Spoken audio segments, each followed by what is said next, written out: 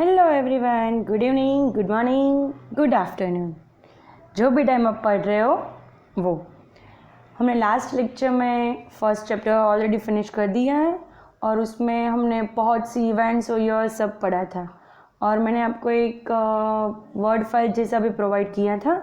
तो कोई स्टूडेंट्स की डिमांड थी कि मैम अगर आप व्हाट्सएप थ्रू हमें शेयर कर सको, तो मेरे जो स्कूल के स्टूडेंट्स हैं उन लोगों को तो मैंने ऑलरेडी शेयर कर दिया है। तो बाकी जो स्टूडेंट्स हैं जो मेरे साथ व्हाट्सएप थ्रू कांटेक्ट में नहीं है और मेरा वीडियो देख रहे हैं, तो उनके लिए मैं specially those events and years यहाँ पे वो अगेन प्रोवाइड कर रही हूँ, बिकॉज वो स्क्रीनशॉट भी ले सके और नोट डाउन भी कर सके।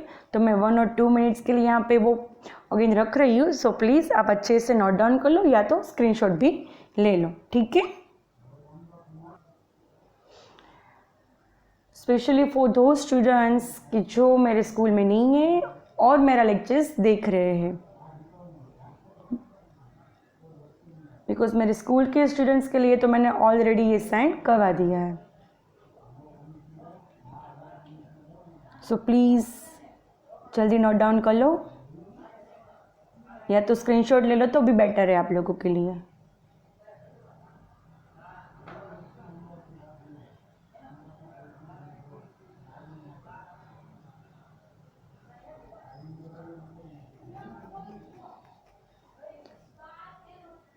ओके, हो गया। So now we are moving on next chapter, chapter 2 history का, first world war and Russian revolution. Before this starting the chapter मैं आपको ये बात बोलना चाहती हूँ कि 2 चैप्टर ऑलरेडी कंप्लीट हो चुके हैं। फर्स्ट चैप्टर हो चुका है और एक तो 8 चैप्टर हो चुका है। प्लीज़ आप प्रिपरेशन करते रहना, उनकी रीड भी करते रहना और रिवीजन भी करते रहना। और वो चैप्टर फिनिश हो गए दैट डजंट मीन कि आप मुझे उनका डाउट नहीं पूछ सकते। आप एनी टाइम कोई भी चैप्टर का कोई भी डाउट मुझे कमेंट थ्रू पूछ सकते। सो प्लीज़ वो आप रिवाइज करते रहना। Now we are start second chapter, first world war and Russian Revolution. The yearning of the Western European countries for expansion of the empire and acquire new territories and colonies resulted in these countries going to Asia and Africa. Thus, they established their colonies and expanded their rule. Consequently, there arose a competition between European nations to establish colonies. This greed for colonization among the Western European nations caused the economic, social, and cultural ruin of Asian African countries. The result of this on world politics was such that the First World War, Bolshevik Revolution in Russia, etc. took place. ये जो first paragraph है उसमें हमें starting में basic दिया है कि western European countries थे, वो अपना एम्पायर था वो एक्सपांड करना चाहते थे। उनके लिए वो लोग एशिया और अफ्रीका के कंट्रीज़ में गए और न्यू टेरिटरीज़ को अक्वायर करना चाहते थे। और फिर वहाँ जाके उन्होंने उनकी कॉलोनीज़ वगैरह इस्टेब्लिश की और उनके जो रूल्स वगैरह थे वहाँ पे एक्सपांड किए। और फाइनली उनकी वजह से जो उन्होंने कॉलोनीज इस्टेब्लिश की थी यूरोपियन नेशंस ने, उनके बीच में कंपटीशन खड़ी हो गई और उनकी ग्रीड मीन्स उनके लालच की वजह से वेस्टर्न यूरोपियन नेशन को इकोनॉमिक मीन्स उनके इकोनॉमिकली, सोशली, कल्चरल वाइज बहुत लॉस हुआ था एशियन अफ्रीकन कंट्रीज़ में। वेस्टर्न यूरोपियन नेशन थे, उनकी लालच, उनकी ग्रीड फॉर कॉलोनाइजेशन मीन्स उनको जो कॉलोनीज बनानी थी, उनकी जो लालच थी, उनका जो पूरा रूलर था वो एक्सपांड करना था, उनकी वजह से जो एशियन अफ्रीकन कंट्रीज़ थे उनको इकोनॉमिकली, सोशली बहुत लॉस हुआ था। The result of this on world politics was such that the first world war, Bolshevik revolution in Russia etcetera took place. और उनके रिजल्ट में लास्ट में क्या हुआ कि फर्स्ट वर्ल्ड वॉर था, फिर Bolshevik revolution in Russia etcetera जो भी इवेंट्स थी वो हुई। So dear students, let's study about the details. तो ये सब हम डिटेल में पढ़ेंगे। फर्स्ट है स्टार्टिंग में western Europe and colonialism in Asia Africa. ये क्या है? वेस्टर्न यूरोप और एंड एशियन अफ्रीकन में जो कॉलोनलिज्म हुए वो। the Western European countries wanted to expand their empire in Asia Africa. The greed for colonization did not spare even their neighboring country. Spain had taken control over Netherlands, Belgium, and Luxembourg. Later on, some of their provinces were captured by France. When the Portuguese king died without an heir, Portugal came under the rule of the Spanish king because of his blood relation. So, for 6 decades, the monopoly of the establishing colonies in non-European countries was with Spain. Western European countries थे वो Asia Africa में अपना empire है वो expand करना चाहते थे, और ये जो उनको कॉलोनाइजेशन की ग्रीड थी वो लालच ने उनके जो नेबरिंग कंट्रीज़ थे उनको भी नहीं छोड़ा था. Spain had taken control over Netherland, Belgium and Luxembourg. ये तीनों पे स्पेन का कंट्रोल हो गया था. फिर बाद में the provinces were captured by France. फिर जो मेन कंट्रीज था, जो हेड एडमिन था कंट्रीज़ में, वो फ्रांस ने कैप्चर किया. When the Portuguese king died without an heir, means Portuguese का जो पोर्टुगीज़ किंग था उनकी डेथ हुई और उनका लीगल हेयर नहीं था, मीन्स उनको कोई सन वगैरह नहीं था. तो Portugal came under the rule of Spanish king because of his blood relation, और 60 ईयर्स तक उनकी मोनोपोली थी वो नॉन यूरोपियन कंट्रीज़ में स्पेन के साथ रही, established हुई. Similarly, Italy and German state became the victim of the greed of France and Austria. When the European powers were tightening their grip over the Asian and African nation, many of the European nations which had become free following the footsteps of the England made many of Afro-Asian nations their colonies.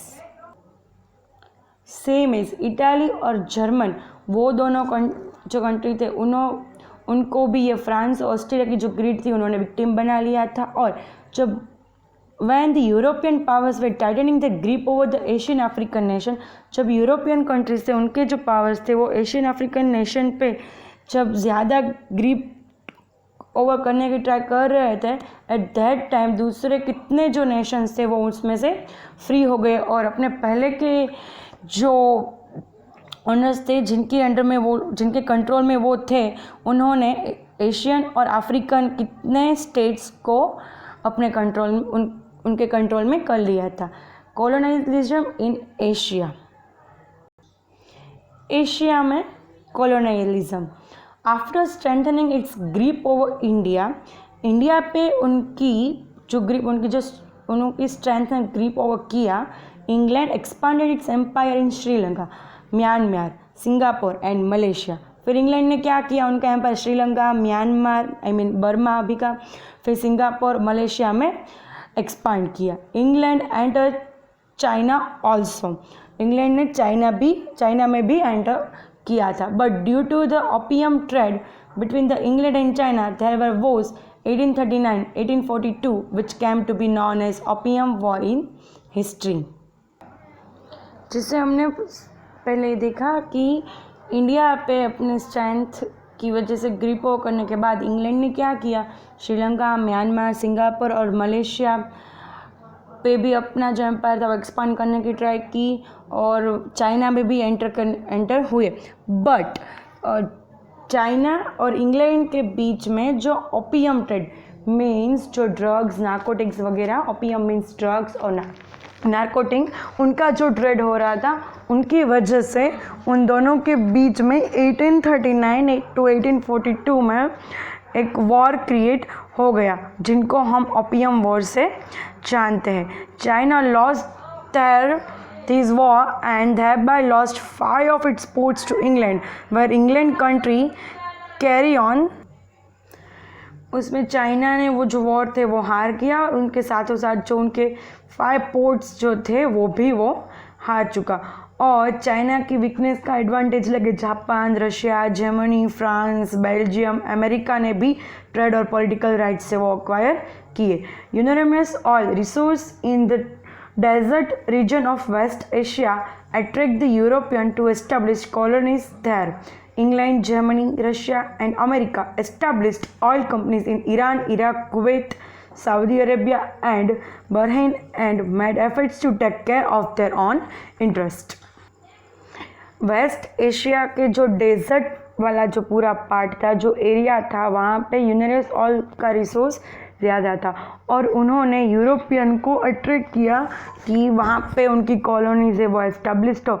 तो England, Germany, Russia और America ने oil companies establish की। Iran, Iraq और Kuwait, फिर Saudi Arabia और Bahrain में उन्होंने अपनी ऑयल कंपनीज थी वो एस्टेब्लिश की, खुद के means for their own interest. Colonialism in Africa, पहले हमने एशिया का देखा, now colonialism in Africa. The Dutch established its colony for the first time at the end of the 15th century in South Africa. After that, England and France established their colonies in Cape and Algeria in North Africa respectively. ये पूरा paragraph मैं read कर लेती हूँ, फिर आपको एक साथ पूरा एक्सप्लेन करती हूँ। The vast provinces of the Africa seemed quite suitable for the acquiring raw material and selling ready products post-industry revolution, because of which European countries compete to establish colonies.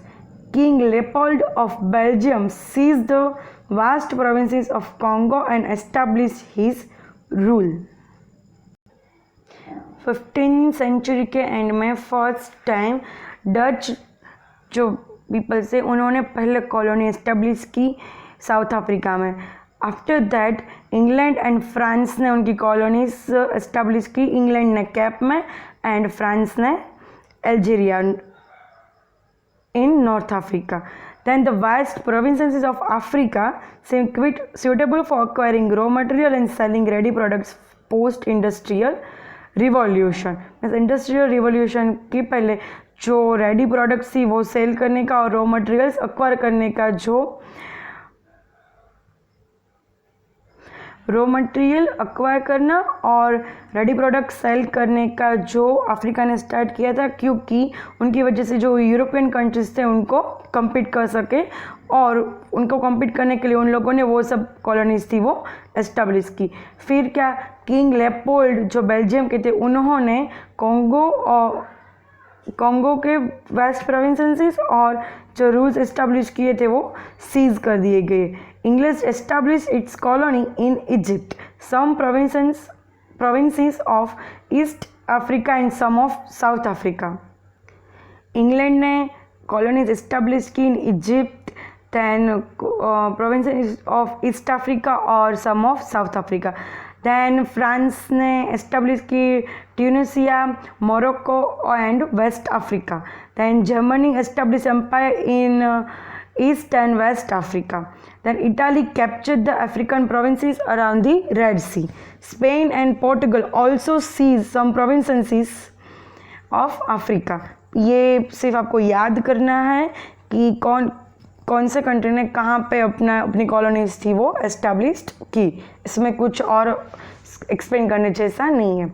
A conference for the European nation was held in Berlin 1884-85 में Berlin में European nation ने conference held की थी।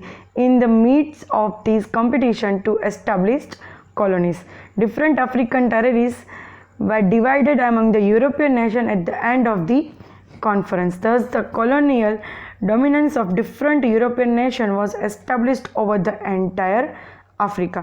वो जो European nation की conference थी वो बर्लिन में हेल्ड हुई। उनका मेन मोटिव क्या था कि भी ये जो कंपटीशन चल रही थी उसमें विन होना, और डिफरेंट अफ्रीकन जो टेरिटरीज थे वो यूरोपियन नेशन में डिवाइड होने लगे और फाइनली यूरोपियन जो नेशन थे उन्होंने एंटायर अफ्रीका पे अपना जो कंट्रोल था वो कर लिया, means established over the entire Africa. While on one hand the greedy European nation were trying to colonize various Asian African territories, on the other hand German and Italy had completed the process of its respective political unification. One side हम देखें तो जो ग्रेडी European nation थे वो पूरे Asian African जितने भी countries थे, टेरिटरीज थे उनके ऊपर अपनी जो कॉलोनीज थी वो एस्टेब्लिश करना चाहते थे। और सेकेंड साइड हम जो देखें तो जर्मनी और इटाली कंप्लीट कर ली थी उन्होंने process of its respective political unification. That means कि वो दोनों एक होने की पूरी प्रोसेस कर ली थी। Thus the unified Germany plunge into the competition of industrialisation, commercialisation and colonisation. और यूनिफाइड जर्मनी, जो जर्मनी और इटाली दोनों एक हो गए थे और उन लोगों ने industrial related, commercial related, colonies related जो भी कंपटीशन थी उसमें जंप किया था, मीन्स उसमें उन लोगों ने एंटर किया था। Thus this quickly changing the global phenomena had exploited some of this countries politically, economically and socially, due to which their development had stop. This had lead to the first world war. ये सब हुआ क्योंकि England था वो Asian African territories जो थे उनके ऊपर अपनी कॉलोनीज वगैरह जो थी वो एस्टेब्लिश करना चाहते थे, और अदर साइड जर्मनी और इटाली एक हो चुके थे, मीन्स यूनिफिकेशन दोनों का हो चुका था पॉलिटिकली। और वो यूनिफाइड जर्मनी ने क्या किया कि भाई जो इंडस्ट्रियल लेवल, कॉमर्शियल लेवल पे जो भी कंपटीशन थी उसमें एंटर हुए।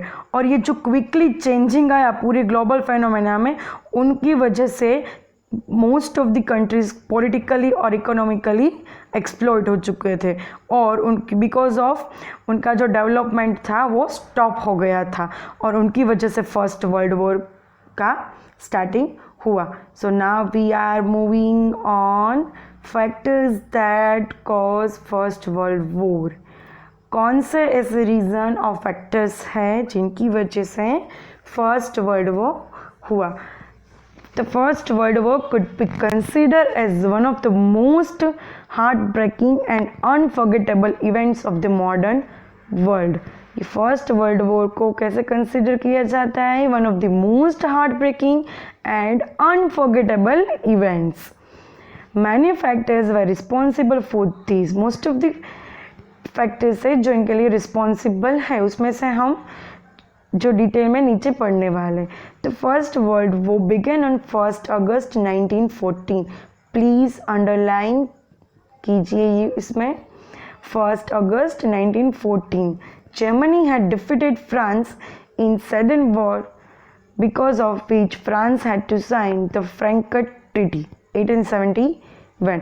फ्रांस ने फ्रैंकफर्ट ट्रीटी साइन की और उनकी वजह से Germany had defeated the France, and according to which France had to pay a war fine as well as give away 2 of its provinces, Lorraine and Alaska, to the Germany. France had not been able to overcome this humiliation. Thus, the Frankfurt Treaty itself was the cause of First World War. The end of war showed the seeds of the future war. First World War finish हुआ, वो उनका जो and था वो दिख रहा था कि वो फ्यूचर में जो वॉर होने वाला था उनके सीड्स थे, मीन्स उनके बीज रोपे गए थे। फर्स्ट फैक्टर है economic factor. England had established its vast empire in Asian Africa in 19th century. We have already studied in first topic. It exploited its colonies economically and became rich. Due to industrialization and swift colonization, Europe require huge quantity of raw material. In the last quarter of 19th century, Germany had started the competition to procure the market in Asia and Africa. Germans started supplying cheaper goods in comparison to England and France. The Afro-Asian market that England and France dominated were thus broken up by Germany. Consequently, there was an instant economic competition between Germany and England. जो हमने बोला था starting में ही पढ़ लिया है। In 19th century England had established vast empire in Africa and Asia and exploited colonies economically, and वो भी रीच और बिकेम रीच। और इंडस्ट्रियलाइजेशन और जो कॉलोनाइजेशन हुआ था उनकी वजह से मोस्ट ऑफ द कंट्रीज़ का डेवलपमेंट वगैरह नहीं हुआ था। और 19th century के लास्ट क्वार्टर में जर्मनी ने भी कंपटीशन स्टार्ट की थी एशिया अफ्रीका मार्केट्स में।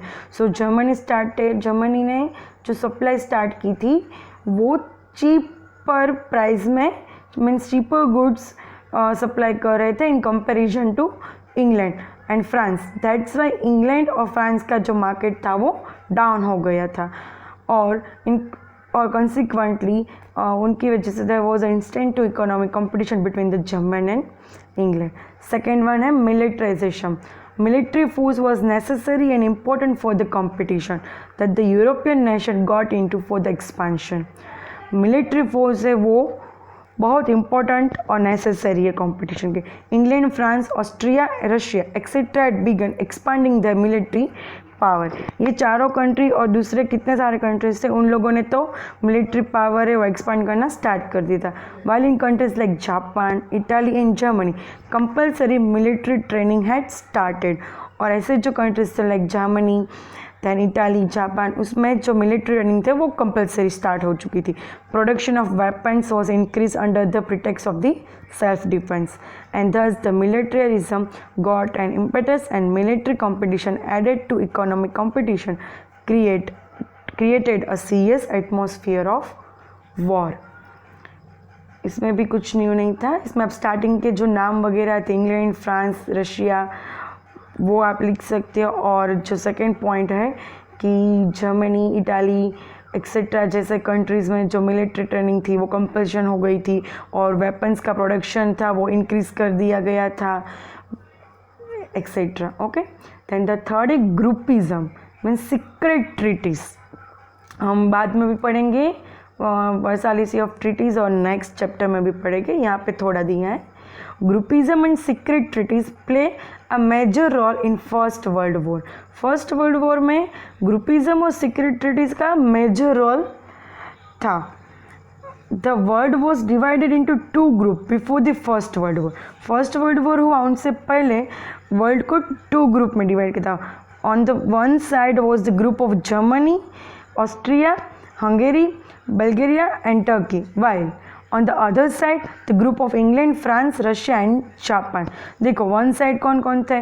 German, Austria, Hungary, Bulgaria and Turkey. और दूसरी साइड कौन था? तो कि England, France, Russia and Japan.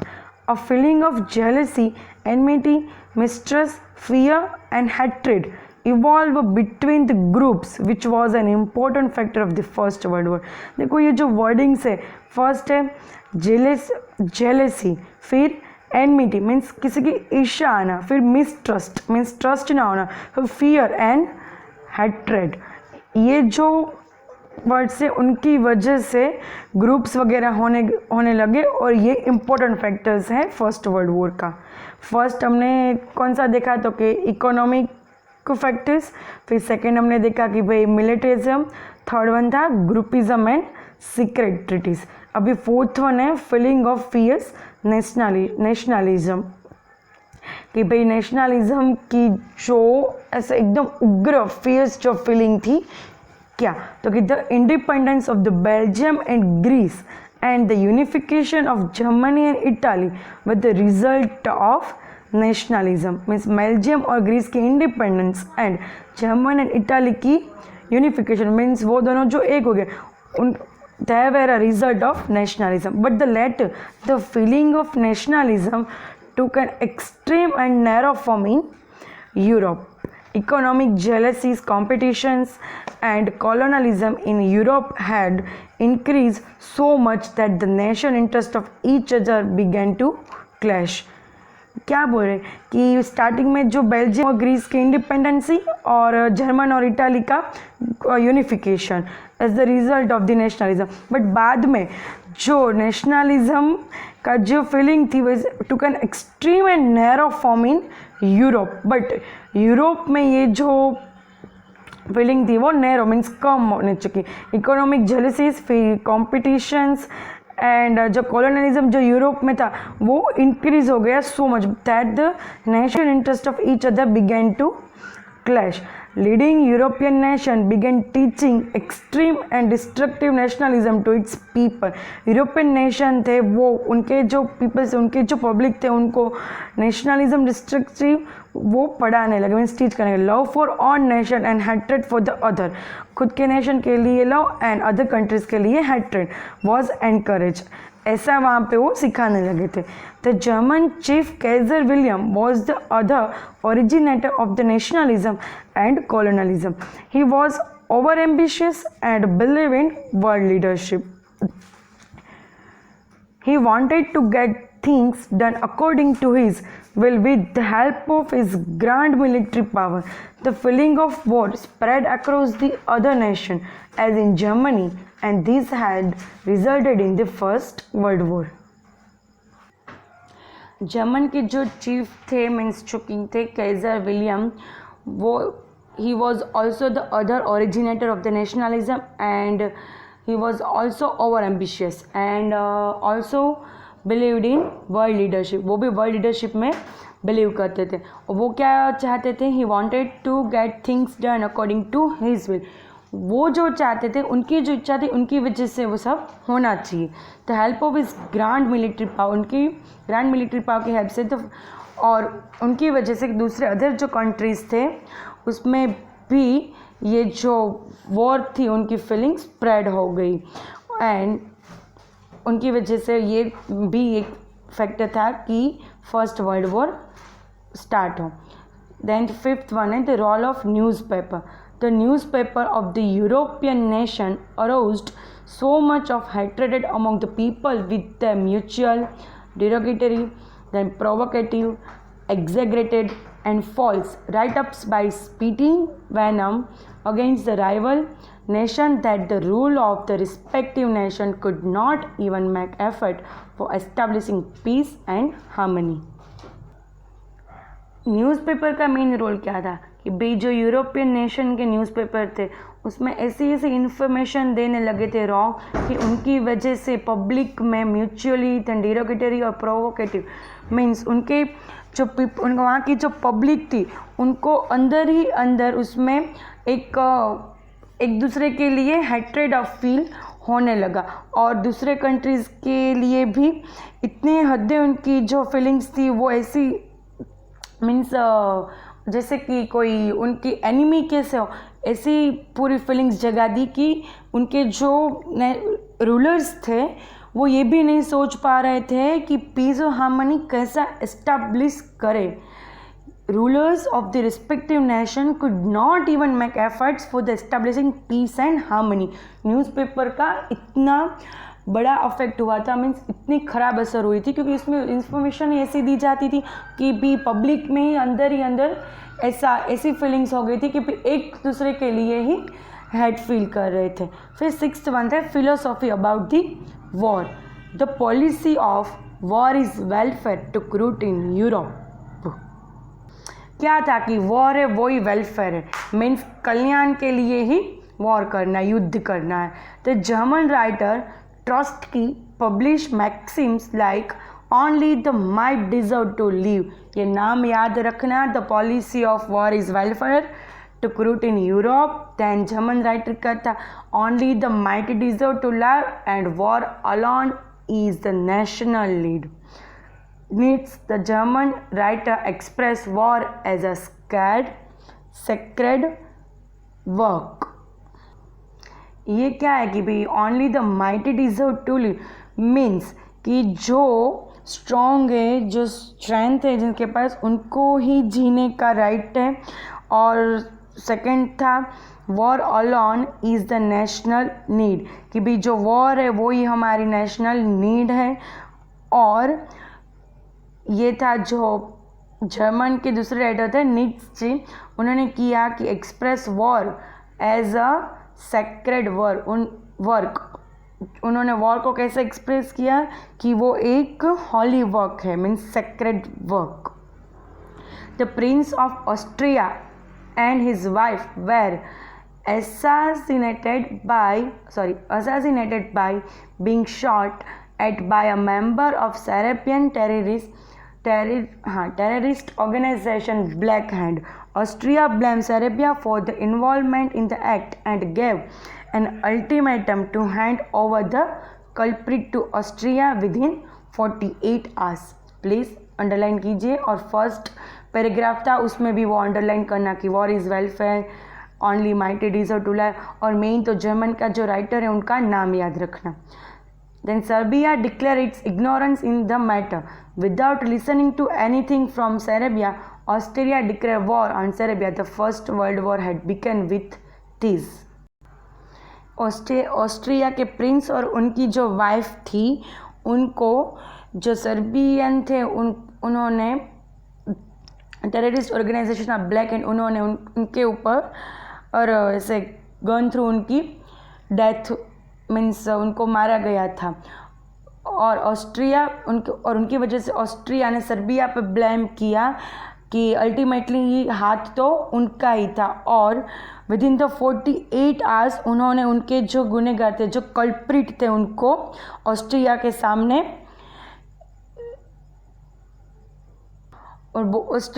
उनको बोला कि आप वहाँ पे उनको लाया जाए within the 48 hour. Serbia ने वो मैटर पे इग्नोरेंस डिक्लेयर किया। सो सर्बिया से कुछ भी जो भी ऐसे इग्नोरेंस आया और उनकी वजह से ऑस्ट्रिया ने फिर क्या किया कि कुछ सुना नहीं और डायरेक्टली सर्बिया पर वॉर है वो डिक्लेयर कर दिया। और फर्स्ट वर्ल्ड वॉर का स्टार्टिंग ही यहाँ से हुआ था। हमने टोटल 6 फैक्टर्स पढ़े। फर्स्ट था इकोनॉमिक फैक्टर्स कि भाई कॉलोनिज्म वगैरह हुआ था, इंडस्ट्रियलाइजेशन हुआ था जर्मनी और इंग्लैंड वाला।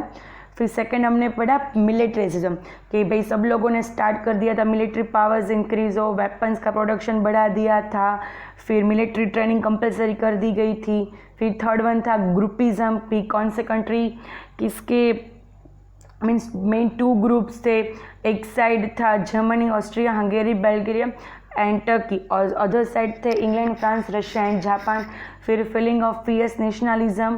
Then fifth one is the role of newspaper और सिक्स्थ वन था फिलोसॉफी अबाउट द वॉर। उसमें एक वॉर इज़ वेलफेयर यूरोप में माना जाता था। फिर जर्मन के राइटर ट्रॉट्स्की ने only the mighty deserve to live and war alone is the national lead and Nietzsche ने वॉर को एक्सप्रेस किया as a sacred work.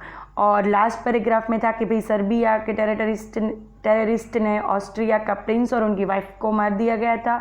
Austria ने ब्लेम किया कि 48 आवर्स में उनके जो कल्प्रिट है उनको सामने लाया जाए और सर्बिया ने ये जो मैटर थी उनके ऊपर इग्नोरेंस डिक्लेयर किया और उनकी वजह से ऑस्ट्रेलिया ने बिना कुछ सुने ही वॉर था वो डिक्लेयर कर दिया और फर्स्ट वर्ल्ड वॉर वहाँ से स्टार्ट हुआ। तो ये मेन 6 फैक्टर्स थे जो आपको पेपर में पूछे जा सकते हैं और ये इम्पोर्टेंट भी है। तो हमने आज स्टार्टिंग से लेके यहाँ तक किया, ये आप अच्छे से कर लेना है। Next topic is the first world war, वो हम नेक्स्ट वीडियो में करेंगे। ओके, सो प्लीज़ जितना मैंने ये करवाया है वो अच्छे से कर लो। बाकी फर्स्ट वर्ल्ड वॉर से मेरा जो नेक्स्ट वीडियो आ रहा है उसमें हम आगे ये चैप्टर कंटिन्यू करेंगे। सो प्लीज़ इतना आप अच्छे से कर लो। Okay, thank you everyone.